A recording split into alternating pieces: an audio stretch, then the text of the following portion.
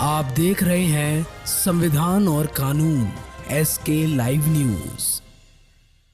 सोनभद्र में आज ओम प्रकाश राजभर कार्यकर्ता सम्मेलन में पहुंचे। वहीं उन्होंने कार्यकर्ताओं को संबोधित किया है। संबोधन के दौरान उन्होंने बताया कि जब सोनभद्र में वो आए हैं और लखनऊ चले जाते हैं तो उस सदन में इस बात को उठाया तो नहीं कि किसी विधायक का समर्थन नहीं मिला।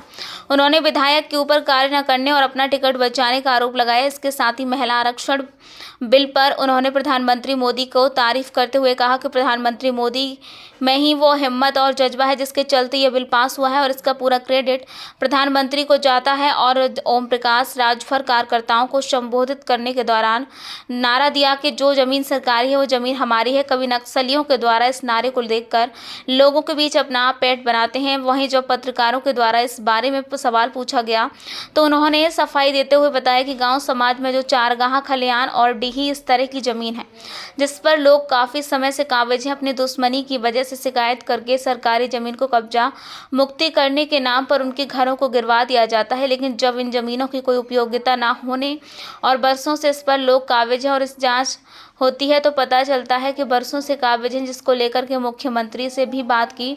ऐसे लोगों के घर गिरने से पहले जांच की जाए कि वो कितने समय से उस जमीन पर काबिज हैं, इसके बाद कार्रवाई की जाए। आज सोनभद्र में ओम प्रकाश राजभर कार्यकर्ता सम्मेलन को संबोधित करने के लिए पहुंचे हैं। इस दौरान कार्यकर्ताओं को कई जानकारी देने के साथ ही उन्होंने बताया लोगों को इस बात की जानकारी नहीं है कि दिव्यांगों के लिए क्या क्या सुविधाएं हैं। किसी भी भर्ती में दिव्यांग के लिए 4% का रिजर्वेशन है, लेकिन जानकारी न होने की वजह से इनका लाभ नहीं मिल पाता। इसके साथ ही उन्होंने महिला आरक्षण बिल पर बताया कि इससे पूर्व की सरकारों में ना तो इच्छा शक्ति है ना हौसला था, जिसकी वजह से महिला आरक्षण बिल पास नहीं हो सका। प्रधानमंत्री मोदी ने वो इच्छा शक्ति और हिम्मत है जिसकी वजह से ये महिला बिल पास हुआ है और इसका पूरा श्रेय प्रधानमंत्री नरेंद्र मोदी को मिलना चाहिए।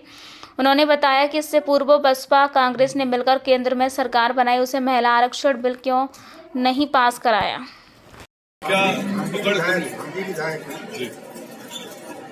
लोग अपना टिकट बचाने के चक्कर में खाली पड़े।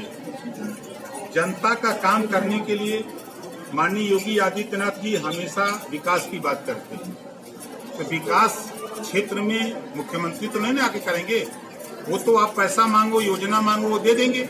करना तो क्षेत्र के विधायक को होता है ना। आप चलिए हमारे यहाँ विधानसभा में हम विपक्ष में रहे हैं। 80% गरीबों की बस्ती में जो घर से निकलने का रास्ता नहीं था, हमने बनवा डाला। जब भी जाते हैं तो कुछ ले ही लेते हैं, चाहे सड़क ले लें, चाहे पुलिया ले लें, चाहे पुल ले लें। जाना चाहिए ना। अब आप सोच रहे हैं कहीं जाए, कहीं काम बिगड़ नहीं जाए, टिकट अगली बार न मिले। कुछ लोग तो यही नाते डर रहे हैं। लेकिन MP में तो बड़ी हालत खराब है। इससे वो काम करना शुरू करें। चुनाव आ रहा है तो कम से कम अच्छा मैसेज जाए। देखिए, हमेशा माननीय योगी जी, माननीय मोदी जी हों, चाहे माननीय अमित शाह जी, जो नेतृत्व कर रहा है उसको यही है कि ज्यादा से ज्यादा हम विकास करें। तो विकास के लिए जो जनप्रतिनिधि हैं उनकी भी नैतिक जिम्मेदारी बनती है कि हम अपने क्षेत्र के विकास के लिए हम अपने मालिक से, मुखिया से मिल करके जो जो समस्याएं हों उसको समाधान के लिए मुख्यमंत्री धन दे सकता है, यही नहीं कर सकता है। भाई आपके यहाँ सड़क बनानी है, आपके यहाँ कोई योजना ऐसी है, उसको जैसे केंद्र की स्कीम है नल द्वारा जल घर घर पहुंचाने का, सेंट्रल की स्कीम है। अब वो स्कीम अगर नहीं वहां तक पहुंच रही है, जिस बस्ती में, जिस पूर्वे में, तो वहां के भी स्थानीय नेताओं की जिम्मेदारी है। तो मैसेज गलत जा रहा है तो उसके लिए क्या कोई सुझाव है? आज चला जिस तरह से ये सोशल मीडिया पे तमाम खबरें आती है, तमाम कमेंट आते हैं कि यूपी में जो ठाकुरों का राज चल रहा है। यूपी में क्या हो सकता है? कानून का राज है। 6 साल के अंदर एक भी दंगा बता दीजिए उत्तर प्रदेश में। सपा की सरकार थी, उठा के इतिहास देखिए, हर महीने दंगे होते थे। कांग्रेस की सरकार थी, दंगे होते थे, कर्फ्यू लगते थे। 6 साल में बता दो कहीं दंगा हुआ हो, कर्फ्यू लगा हो। आज अगर कोई हिम्मत करता अपराधी अपराध करने का तो योगी बाबा का बुलडोजर पहुंच जाता है वहां। खिलवाड़ नहीं है, कह देना आसान है कि चले कोई, ऐसा ही थोड़ा राजभर बोलता। कितनी सीट आप लोकसभा चुनाव अपनी पार्टी लड़े? भैया हमें दिल्ली सरकार ना बनाओ, ठीक है, बनवावे के हम 80 सीट लड़ेंगे। एनडीए 80 सीट लड़ेगा, 80 पर जीतेंगे। अरे वही में हम लड़ जाए। आप कितने सीट की मांग करेंगे लोकसभा चुनाव में? मांगो उसी से जो दे दे, खुशी से कहे ना किसी से।